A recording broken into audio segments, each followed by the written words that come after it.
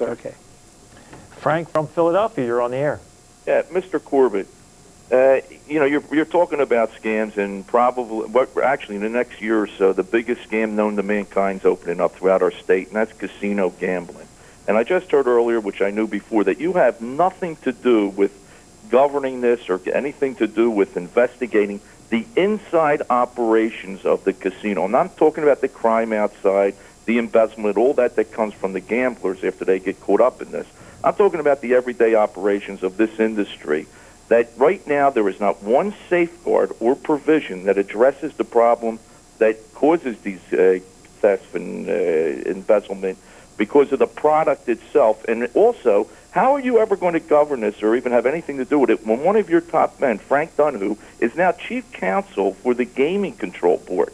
I mean, you know, and what do you know about this industry? Have you looked into how these casinos operate? We've looked into the industry. I will tell you, back in April of last year, we went over to New Jersey to see how their gaming industry works, and I became very concerned. You had heard back during 2004 when the legislation was being proposed and actually was passed that we were following the New Jersey model. And when I sat down with the Attorney General of New Jersey and his staff to talk about their model, we learned that we were not following the New Jersey model. Let me give you an example in that. In New Jersey, they have a gaming commission. Well, in Pennsylvania, we have a game commission headed up by Mr. Decker. Those people were appointed by the legislature. But in New Jersey, the gaming enforcement comes directly under the Attorney General, who in New Jersey is appointed by the governor, and the state police work with the Attorney General and do the enforcement. They're the ones that do the background checks into all the vendors. They're the ones that conduct any investigations into allegations of, let's say, cheating within the casino.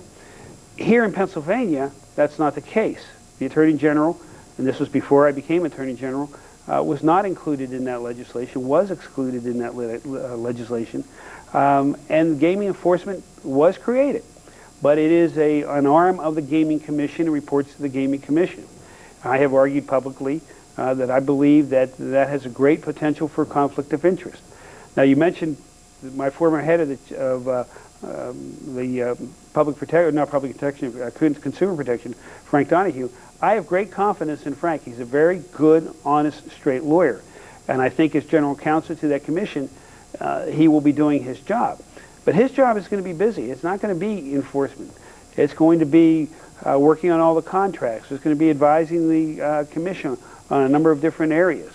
And I have told him that we are looking with the legislature at this point just to get jurisdiction, concurrent jurisdiction with the district attorneys over gaming offenses that occur within the